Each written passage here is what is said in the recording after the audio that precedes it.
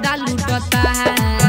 संविधान के झूठा कहता, मनुआ दये कर फायदा लूटता है। संविधान के झूठा कहता, ओही दिन से फसल बाटे नैया मझधार में। ओही दिन से फसल बाटे नैया मझधार में। नहीं अपन समाज जागता है। संविधान के झूठा कहता, मनुआ दये कर फायदा लूटता है। संविधान के झूठा कहता,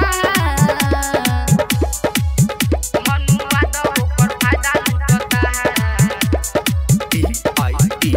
स्टूडियो सलेमपुर।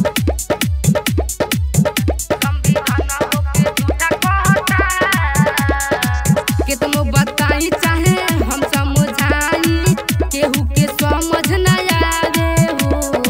देवी देवता के पूजल छोड़ बतिया न केहू के सुनाला हो। बतिया न केहू के सुनाला हो। कितनो बताई चाहे हम समझाई, केहू के समझ न आवे हो।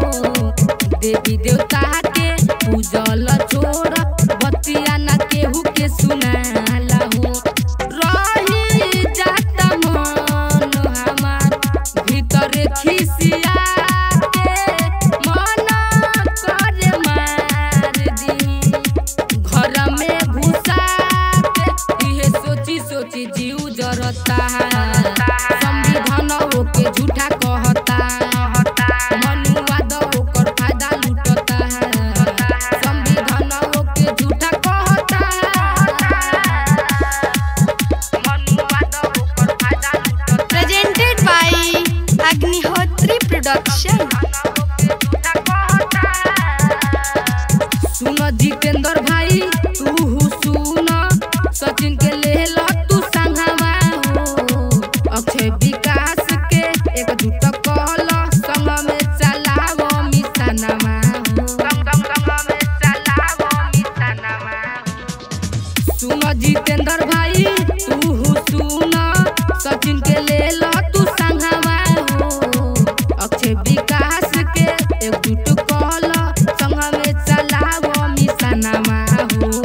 अमिताभ कहतावे तोहसे हाथ जोड़ी, सुनील दीपक तू कनमा के खोली। बड़ा बुरा ई जमाना आवता है। संविधान के झूठा कहता, मनुआ दये कर फायदा लूटता है। संविधान के झूठा कहता, ओही दिन से फसल बाटे नैया मझधार